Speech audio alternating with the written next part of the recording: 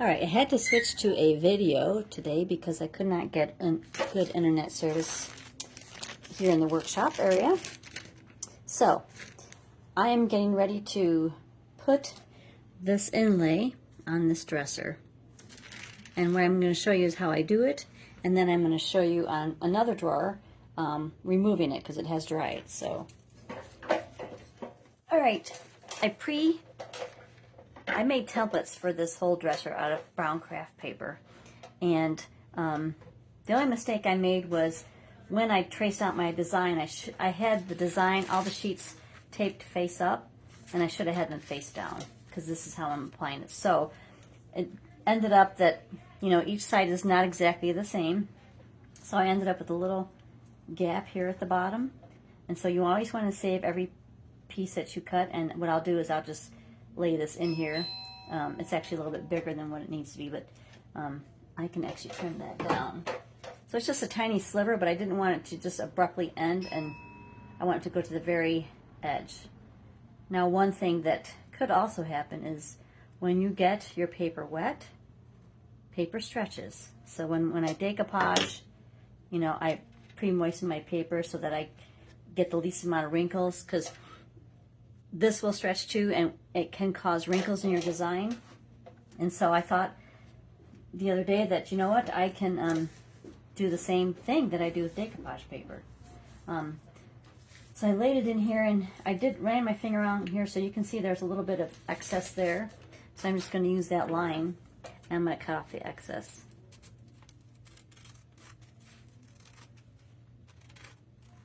And don't worry if it's not perfect. This is not a perfect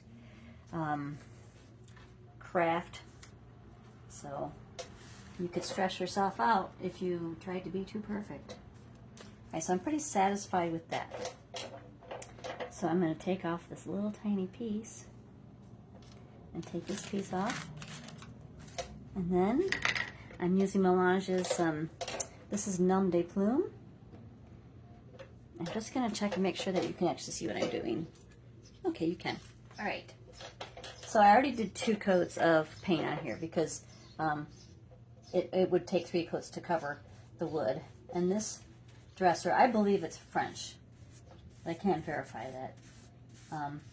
Just the way it's made, and it has double caster wheels, and the drawers are thick, and the hardware, which is very unusual. I've seen hardware similar to it, but the hardware on here is actually like designed for the right side and the left side, and you'll see that once the project is done. So I'm also gonna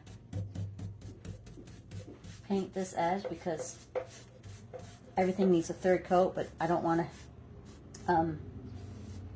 to do a tiny brush, so I'd rather get it now instead of having to touch it up later after the image is on, so I don't mess up. I'm just going to jab these. These are molds I've added with IOD inlays. So I'm going to add a little more paint. You want your paint to be slightly thicker when you put it down. Also, for each paint line, whatever paint line you usually need to test the inlay with your paint line, this is Melange, which is an artisan mineral paint similar to a chalk type paint. It does not have a built-in top coat, so I will have to top coat it. But I'm going to just do a thicker layer. And then I'm going to take my misting bottle, which, hang on, is right over here.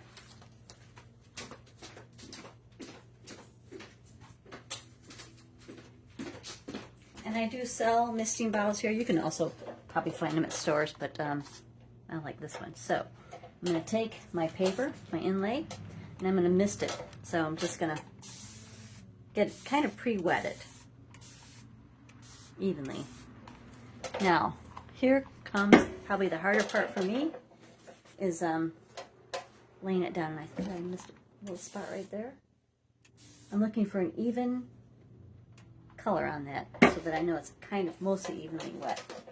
So what I decided is that when I do this, there's no inlay right here, so I'm going to use that I'm going to hold this rest of it up, and I'm going to use this to position this, and then line up the rest. so I can keep my finger. This is the harder part for me. There. And then slowly. See, I might not even need that little. You see how this paper stretched? I don't even need that little sliver that I thought I would need. Right. So I feel like I got a good lay down. I'm going to mist it again. What that does is it releases the pigment. Gets the pigment wet. That's on the back of this paper. This is actual paint on here. And I'm going to bray out. I always, whenever I adhere something, I always go from the center out. I'm going to use a brayer to get it mostly down.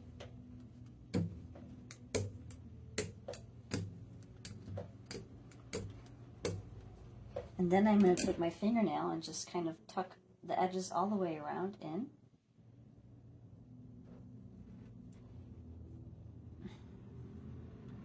And I ran a little over here, but I'm not going to worry about that. You know, there may be some touch-up after I'm done with the whole thing. I may need to touch up some of the melange. I'll just use a very tiny brush on the edges if some of the inlay has transferred on the where I don't want it to. Is that adequately wet? Okay. So then I'm going to take a towel and just pat it down. This will help ensure contact with the paint.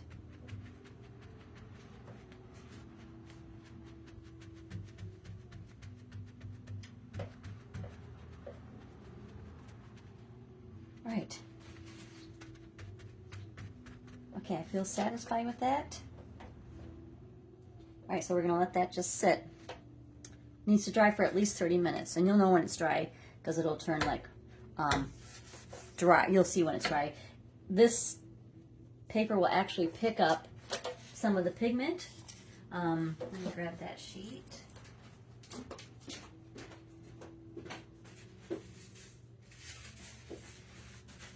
All right. So here is the comparison. This is one sheet I've already used. You can see there's still a paint inlay in here, so I could do a second impression maybe on some small projects. I don't know. But this is what it would... So there's without the paint, but it does pick up some of the paint off your surface. And so if you were to use it again, some of this paint could transfer onto whatever project you're doing. So just keep that in mind. All right. And then I'll explain in another video how I made the template. All right. I'm going to bring this one a little closer to me. I've had this dresser for quite a long time, probably 2 years. I needed some repair work, veneer gluing, some veneer was missing. Lay that over there.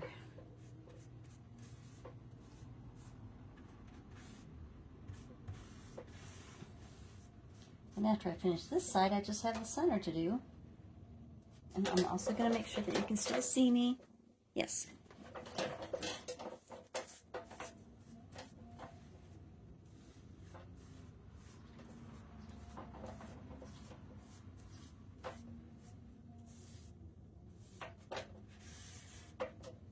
I just wiped off the excess paint that was on the edge. I'm going to apply a little bit more paint. Like I said, you're going to do a little generous layer of paint, and then I do even out my brush strokes, which I have all going this way to be consistent, because some of those brush strokes may show through to your inlay once you're done. All right. All right, here we go. Again, here's a blank. This part of the inlay has nothing on it, so I'll use that to anchor it down, and so I can get it positioned properly. Because when I take out this other one that I'm going to show you that's already dried, I put that on and I didn't put it on correctly, so I moved it. So I'm hoping that I got a good impression. It's pretty filled with a lot of tree stuff, so hopefully you won't notice that, because as soon as I picked it up, there was already paint transferring onto my surface.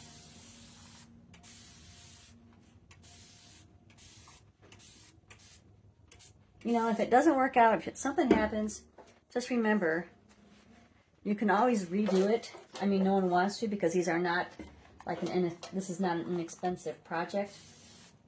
But like if that does get messed up, I'll open up another package, I'll paint it and fix it, and then I'll use the rest of the inlay for another project. I'll find something.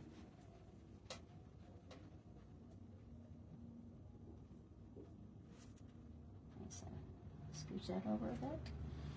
Oh, goodness gracious. This is the hard part for me.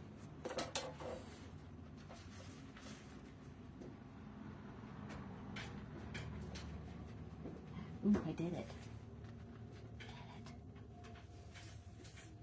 Okay. And just remember this paper can, we need to go over a little bit more. I'm not going to worry about it. I'm going to mist my paper.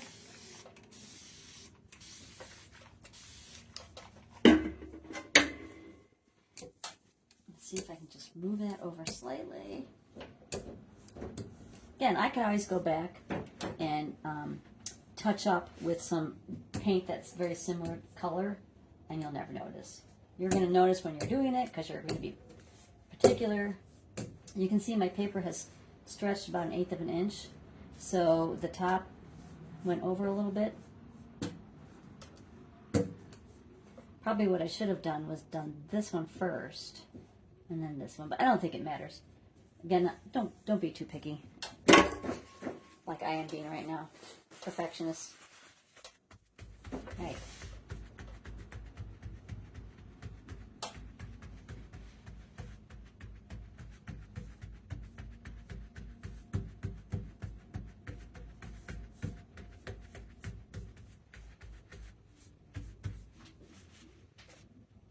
A little excess paint there.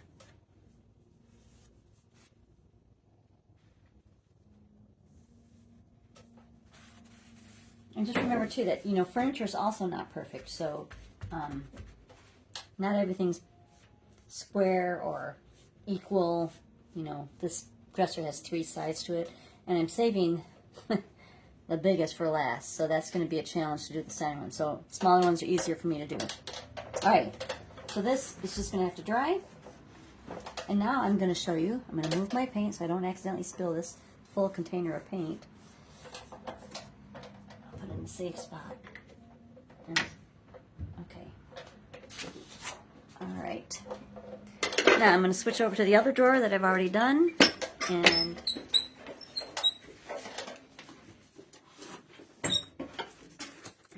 let's see. All right, there we go. All right, so you can see how I have excess here, and that's because I did not do a dry fit on that before I put it down. Sometimes you just get excited and you might jump ahead. So we're going to mist the paper, and we're going to let it sit for a minute. And then while we're doing that, let me see. Okay.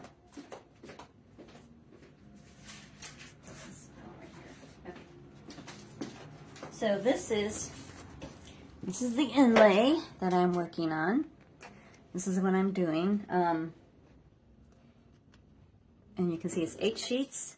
So I pretty much used up to here. So like I have this section left, and I have these right here. Now the way I do it is when I laid my brown paper templates over the all together taped inlays, I took out a section, because that way I'm not going to really distort the image too much.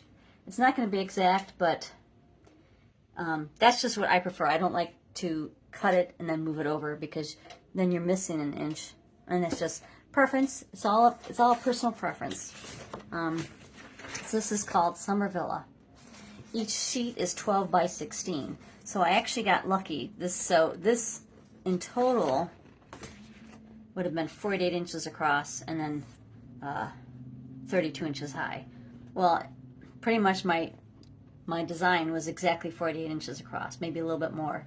So anyways, all right, let's see how this does.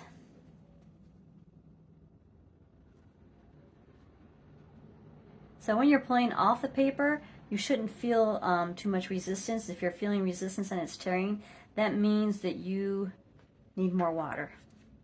it should come off fairly easy. I'm going to give it a little bit more spray.